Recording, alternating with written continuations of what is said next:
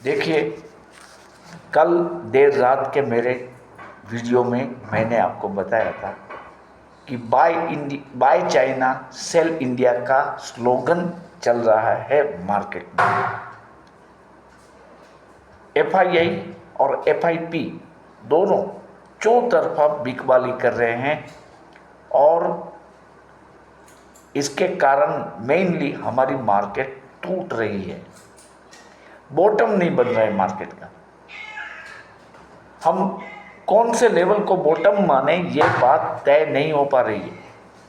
अगर आपको ऐसा लगेगा कि आज बहुत मार्केट गिरी है, ओवरसोल्ड हो गई है, कल मार्केट बढ़ेगी, तो ये नहीं बढ़ती है और ऑन द कॉन्ट्ररी गिरने लगती है। तो अब पोजीशन ये हुई है कि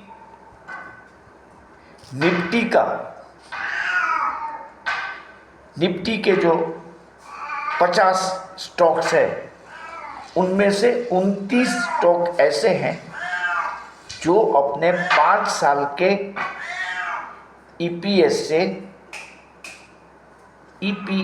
से कम चल रहे हैं। मतलब आप देखिए कि बहुत बड़ा डिस्काउंट इन शेयरों में मिल रहा है। तो जो टैरिफ की बात है और बाकी कुछ माइक्रो इकोनॉमिक्स है, इसके कारण लगता है कि कुछ दिनों तक और मार्केट में ऐसा ही इनडिसिसिव माहौल रह सकता है।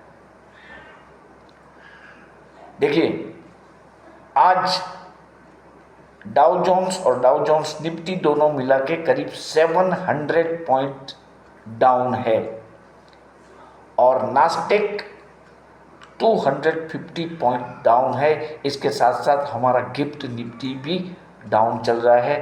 हालांकि हमें 2 दिन की छुट्टी है। मंडे को मार्केट खुलेगी तो बड़ा क्रैश आ सकता है। देखिए, बी केयरफुल। ये बात नहीं है कि ओवरसोल्ड है, बहुत गिर चुका है इसलिए मार्केट बढ़ेगी। ये बात अब बचपने जैसी बात होगी। देखिए, यूएस में जो कुछ चल रहा है उसका इम्पैक्ट ग्लोबली हर जगह पे है। टैरिफ की बात चल रही है तो सिर्फ ट्रंप साहब के निवेदन पे ही मार्केट थर थर कांप रही है। ग्लोबल मार्केट में बात कर रहा हूँ और ऑब्वियसली हमारी मार्केट भी इसमें आ जाती है। कल जैसा कि मैंने बताया था कि चाइना की तरफ जो सॉफ्टनेस दिखा रहा है यूएस, उसके चलते ग्लोबल मार्केट्स में सदमा सा छाया हुआ है। इसको दुरुस्त होने में वक्त लगेगा।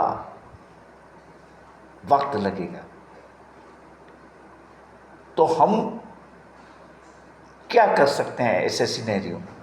देखिए, एक बात आप समझ लें कि मार्केट में इतनी गिरावट आ चुकी है कि निफ्टी के 50 में से 29 शेयर काफ़ी सस्ते में मिल रहे हैं।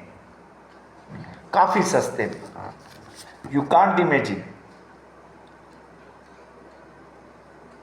और जो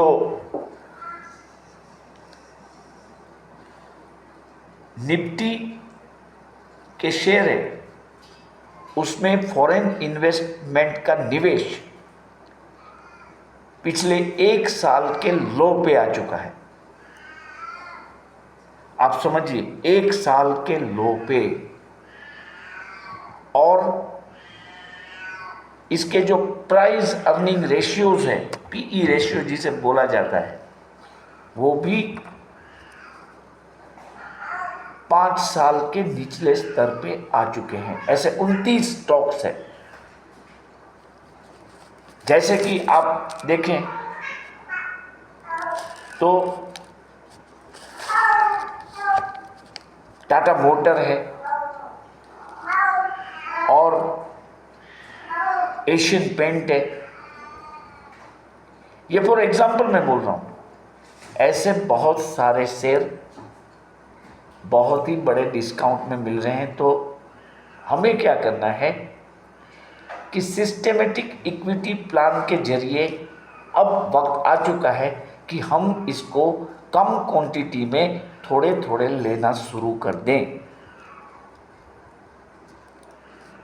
कम क्वांटिटी में एट अ स्टेक आपको नहीं लेने हैं शेयर, क्योंकि अब भी मार्केट शायद गिर सकती है।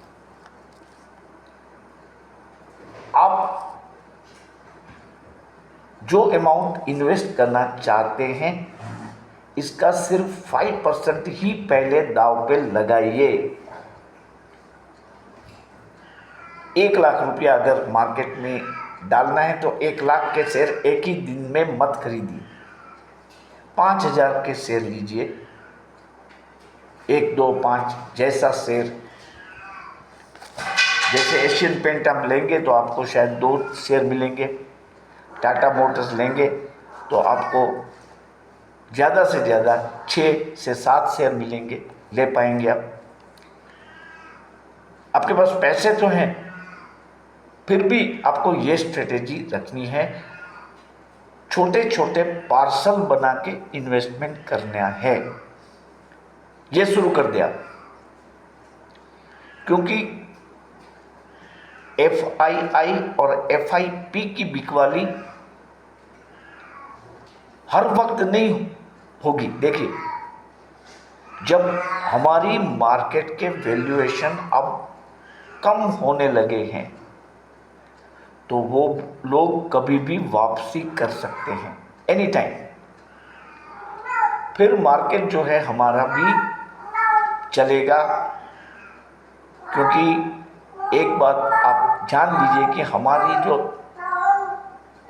हमारा जो अर्थ कारण है, इकोनॉमी है हमारी, वो किसी भी विकसित देश से बिल्कुल खराब नहीं है, बल्कि कहीं कहीं पे तो अच्छी है। तो ये जो निफ्टी के 29 स्टॉक्स है आउट ऑफ 50, उसको आप ढूंढें और एक के बाद एक आप अपना निवेश शुरू कर दें। इन पार्शल छोटी छोटी क्वांटिटी में उठाते रहिए विदाउट बोदरिंग फॉर मार्केट। आज कितना गिरा, आज कितना बढ़ा, कल क्या होगा, उसमें नहीं। आपने आज क्या लिया, आपका पोर्टफोलियो आज कितने का है। आज अगर मान लो 1 लाख रुपये का है तो कल ये 1,02,000 या 1,05,000 का करना है, अच्छे शेयर लेके, बहुत ही स्लो मोशन में। क्योंकि मार्केट गिरने के चांसेस अब भी है, वो कब रिवर्सल होगा इसका हमें पता नहीं है। तो इसको आप याद रखें। और रिवर्सल का अगर सबसे बड़ा कोई पॉइंट है तो ये है possibility of the end of war between Ukraine and Russia. बातें हो रही है, लेकिन अब तक कोई ठोस नतीजा नहीं आया है। आज म्यूनिच में भी मीटिंग चल रही है, US के वाइस प्रेसिडेंट वहाँ मौजूद है, उसके साथ जेलेंस्की ने काफ़ी बातें की हैं। कहा तो जाता है कि वो ऑलमोस्ट उसने सरेंडर कर दिया है। सरेंडर मानो तो उसने मान लिया है कि ये वॉर हम बंद करने की कोशिश करेंगे। और ट्रंप साहब जो कि बार बार कहते हैं कि मैं ये वॉर को कैसे भी करके रुकवाऊंगा, और वो ये भी कह चुके हैं कि अगर मैं प्रेसिडेंट होता तो ये युद्ध शुरू ही नहीं होने वाला था। उसने ऐसा बता दिया है जेलेंस्की को कि देखिए, आप जल्दी से नेगोशिएशन करिए और ये युद्ध का अंत लाइए, अन्यथा शायद अब आप यूक्रेन के सर्वोपरि नेता नहीं रह पाओगे। कितनी बड़ी बात है। फिर भी आप सोचिए, वॉर एंडिंग का जो न्यूज़ है, फाइनल न्यूज़, वो नहीं आया है। हालांकि वो कभी भी आ सकता है, ऐसी हम उम्मीद रख सकते हैं। तो मंडे को मार्केट कैसा होगा, इसके बारे में बात अभी करना कोई, मुझे लगता है, बड़ा मायना नहीं रखती है, क्योंकि 2 दिन छुट्टी है। ये 2 दिन की छुट्टी में हमें सिर्फ लिस्ट बनाना है वो 29 शेयरों का out of 50 in the Nifty group कि जो करीबन over 30 to 45 points down price पे मिल रहे हैं। आपको जो सिस्टेमेटिक इक्विटी प्लान शुरू करना है, उसमें आप देखिए जिंदाल सो इंफ्रास्ट्रक्चर का शेयर जो कि 260 में मिल रहा है, उसको आप लेना शुरू करें। इसके अलावा पंजाब नेशनल बैंक को आप लेना शुरू कर दें। इसके अलावा रिलायंस इंडस्ट्री को भी आप SEP के जरिए एक एक करके खरीदना शुरू कर दें। लार्सन एंड टोब्रो को खरीदना शुरू करें। बैंक ऑफ बड़ौदा को खरीदना शुरू कर दें। अंबुजा सीमेंट को खरीदना शुरू कर दें। बैंक ऑफ इंडिया भी लें। तो ये नाम जो मैंने लिए, वो शेयर आप धीरे धीरे खरीद करना शुरू कर दें और अपने पोर्टफोलियो में ऐड करते रहिए। ऑप्शन में उलझने का ये वक्त ही नहीं है। आपने खुद ये महसूस कर लिया होगा कि ऑप्शन में उलझने का ये वक्त नहीं है। मार्केट रिवर्सल देगा, लेकिन कब, वो किसी को भी पता नहीं है, क्योंकि बीच में FII और FIP है। तो सेल्फ प्रोजेक्टेड करके अगर हम ये माने, सेल्फ प्रोजेक्शन करके हम ऐसा माने कि मार्केट बहुत गिरा है और इसमें इम्प्रूवमेंट आएगा, तो ये बात बिल्कुल गलत है। मंडे को भी मार्केट गिर सकता है, इसको आप न भूलें। आज भी देखो, निफ्टी में 22,900 का कॉल लेने के लिए सब सोच रहे हैं, लेकिन वो 179 वाला 114 हो गया। देखिए, अगर किसी ने ये लिया कि अब तो 22,900 आ ही जाएगा, नहीं हुआ। और निफ्टी जो था वो 2795 पे ही बंद हो गया, और बैंक निफ्टी 48,981 तक गया। ओनली 48,000 की लेवल पे आ गया है लगभग, बाय एंड लार्ज। तो अब और ये भी देखिए कि निफ्टी ने करीब आज 400 पॉइंट निफ्टी बैंक में बढ़े थे, क्योंकि उसका हाई हुआ था 49,306 का,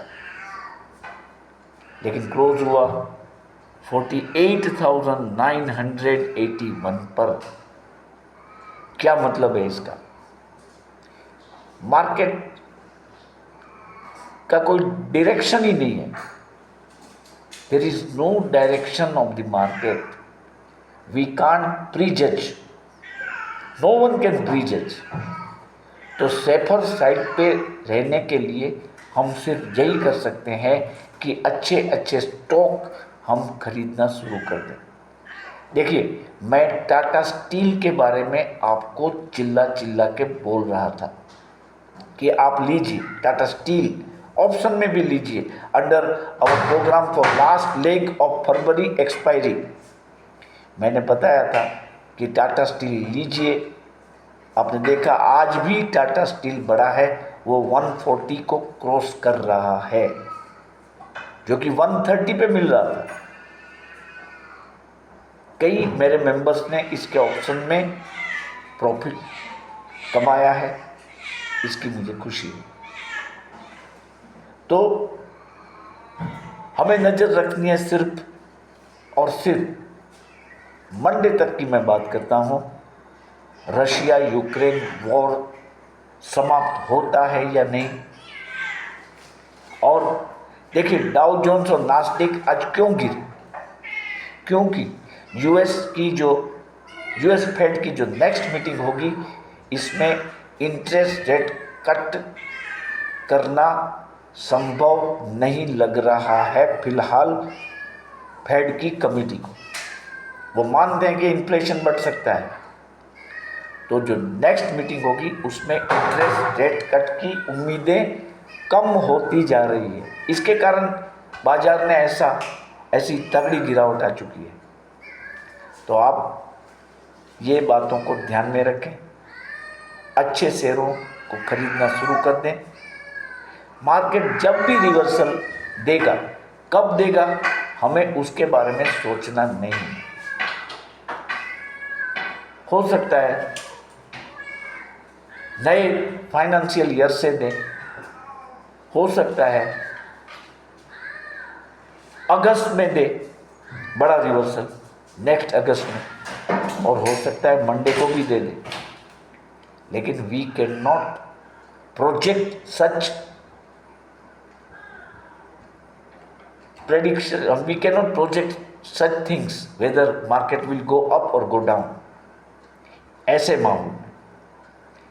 बाकी तो हम सोच सकते हैं, आउट ऑफ आवर एक्सपीरियंस हम ये मान सकते हैं कि अब मार्केट बढ़ना चाहिए, क्योंकि काफ़ी गिर चुका है। अभी काफ़ी बढ़ चुका है तो गिरना चाहिए। ऐसे जिसको हम बोलते हैं लॉजिकल आउटकम के आधार पे हम थोड़े से नतीजे बांध सकते हैं, लेकिन ये मार्केट में ये मुमकिन नहीं है। अगर आप मेरे चैनल को पहली बार देख रहे हैं तो कृपया इसको सब्सक्राइब कर दें। सब्सक्राइबर का बटन दबा के बेल बटन भी दबा दें, ताकि आपको इस चैनल के सभी वीडियो मिलते रहें। आप ये भी जान लें कि मैं कोई सेबी रजिस्टर्ड बंदा नहीं हूँ। ये वीडियो केवल और केवल एजुकेशनल पर्पस से मैं बना रहा हूँ। अगर आपको कोई हानि होती है तो इसकी जिम्मेदारी इस चैनल की नहीं रहेगी, इसकी कृपया आप नोट लें। तो अगर मार्केट रिलेटेड कोई अच्छी खबर है या बुरी खबर है आती है तो मैं कल भी वीडियो अपलोड करूँगा। सैटरडे है, संडे को भी अपलोड करने की कोशिश करूँगा, और संडे रात को तो मैं डेफिनेटली वीडियो अपलोड करूँगा मंडे मार्केट को देखते हुए। तो आप सबको शुभ रात्रि। ये वीडियो देखने के लिए मैं आपका आभारी हूँ।